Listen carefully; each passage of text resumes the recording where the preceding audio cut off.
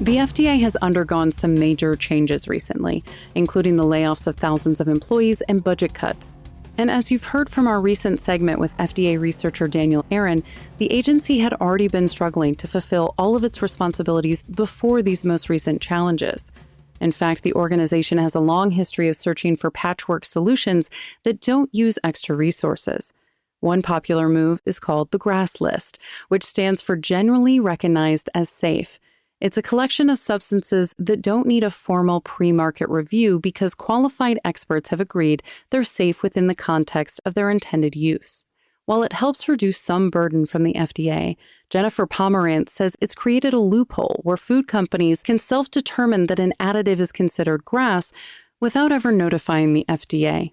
The food industry is required to submit a petition for the FDA to review food additives and color additives.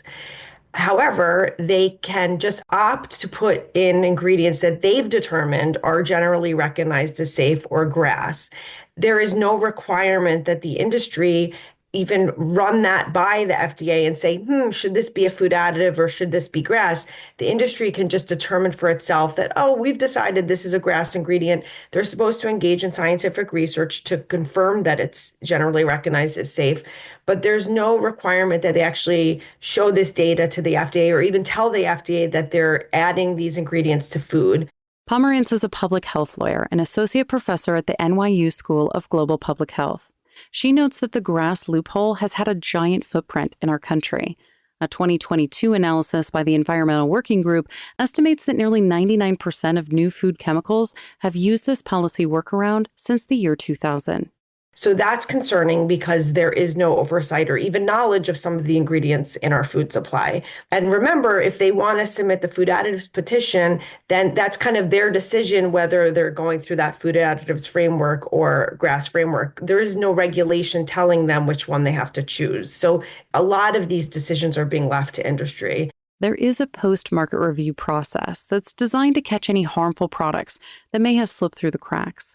However, Pomeranz says that the agency doesn't actually have the resources needed to make this system effective. Even though they have the full authority, they don't have the resources to engage in that post-market review. And what we see as a result is that ingredients with known evidence of harm, decades of evidence of harm, remain in our food supply where the FDA is not removing it. There are many examples. Industrial trans fat, which was removed very recently, there were 30 years of evidence that it was harmful. BVO, which is brominated vegetable oil, was in the food supply for 53 years, and there was evidence of harm back then.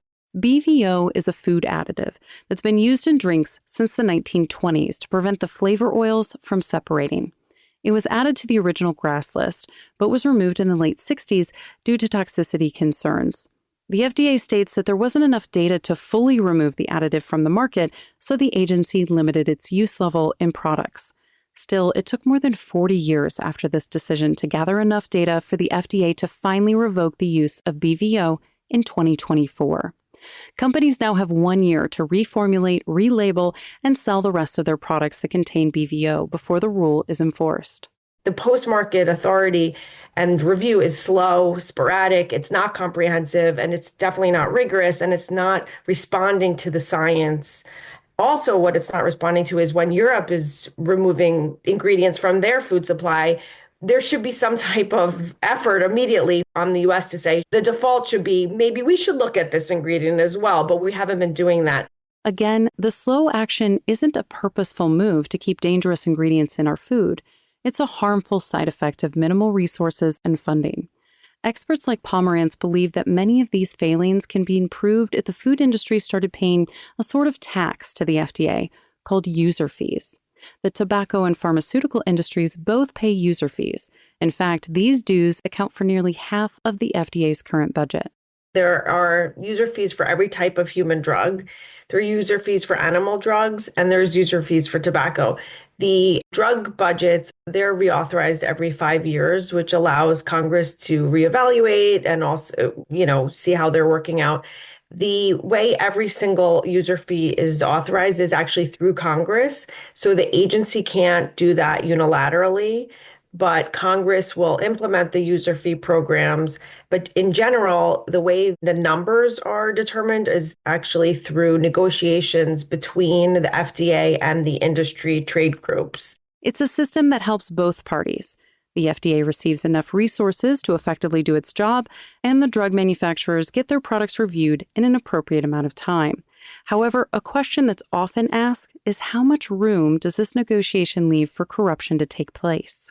It is a very common concern. The interesting thing is we did not see any indication that user fees ended up corrupting the FDA's ultimate judgment. User fees are only to pay for the process. So they basically pay for registration of companies, the process of reviewing applications. There's no guarantee on the outcome. However, Pomeranz says that in general, there are instances of regulatory capture. This refers to a situation where the agency is accidentally influenced by the industries it's policing. As a result, the agency begins to act in ways that benefit the interests of the industries. While this does happen, Pomeranz says that it's not directly connected to the user fee system. We see that as a problem across industries. For example, the food industry essentially polices itself, and there are really almost no user fees in the food context. So that industry capture of regulatory interests, that is happening like separate from user fees. There are a couple of food-specific user fees currently in place, but Pomeranz says they only make up about 1% of the entire foods program budget, which in 2022 was just over $1 billion. It's for color additives have a user fee. There are also user fees from the Food Safety Modernization Act, and these are things for recall or reinspection. The FDA actually doesn't collect those user fees, even though they're authorized to do so. The reason is they said that they wouldn't collect them until they issued a small business guidance, which actually helped small businesses either reduce their fees or be able to abide by the fees in an easier way. The FDA hasn't issued that small business guidance, so it doesn't collect the user fees that it's allowed to collect. Then there's a voluntary user fee program for different, very small parts of the FDA's oversight as well. So that's where that 1% is coming in from these voluntary programs and then the color additives. But really, that 1% is a minor drop, and it's not really funding the major operations of the FDA when it comes to food. Pomeranz says the user fees are needed to fund more than the review of additives. There are countless processes that require oversight but aren't getting done in a timely manner, if at all. For example, if a new infant formula is introduced that has major changes to existing products, the FDA is notified and has 90 days to review that petition. At least that's what's supposed to happen. Pomeranz says they currently don't have the resources to meet that expectation. They can't review it within 90 days. They don't have the resources to do it. So that also slows down the infant formula companies.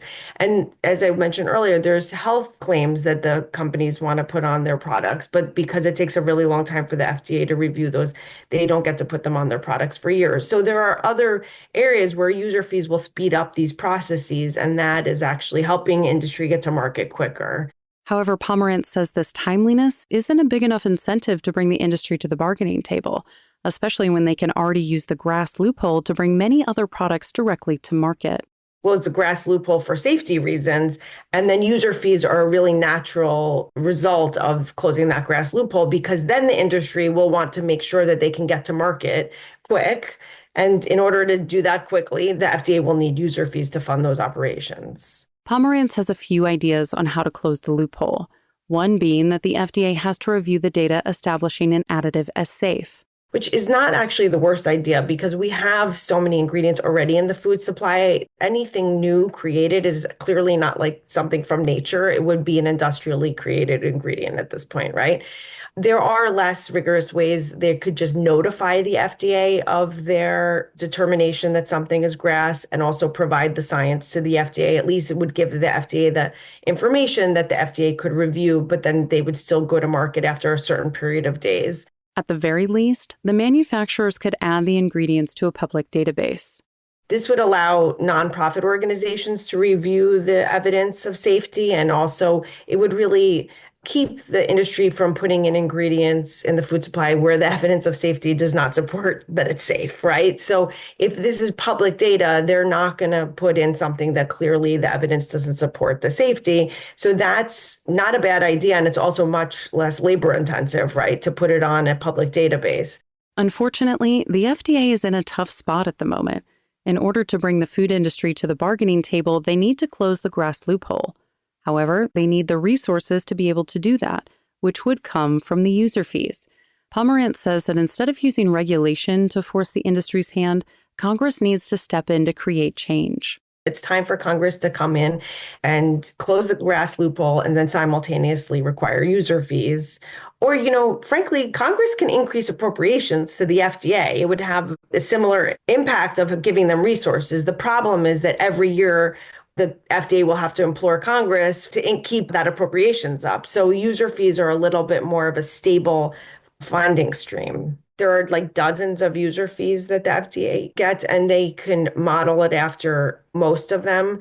I can imagine more, the petition review fees. It makes the most sense. You could have facility registration fees. There's a lot of fees they could put on. I mean, my goal here is to make our food supply safe and healthy ultimately, but safe here initially. So we don't need to nickel and dime the food industry. The fees should really just go to the FDA ensuring the safety of our food supply. You can find more information about Jennifer Pomeranz and all of our guests on our website, radiohealthjournal.org. For more behind the scenes, follow Radio Health Journal on Facebook, Instagram, and X. Our writer-producer is Kristen Farah. Our executive producer is Amira Zaveri. I'm Elizabeth Westfield.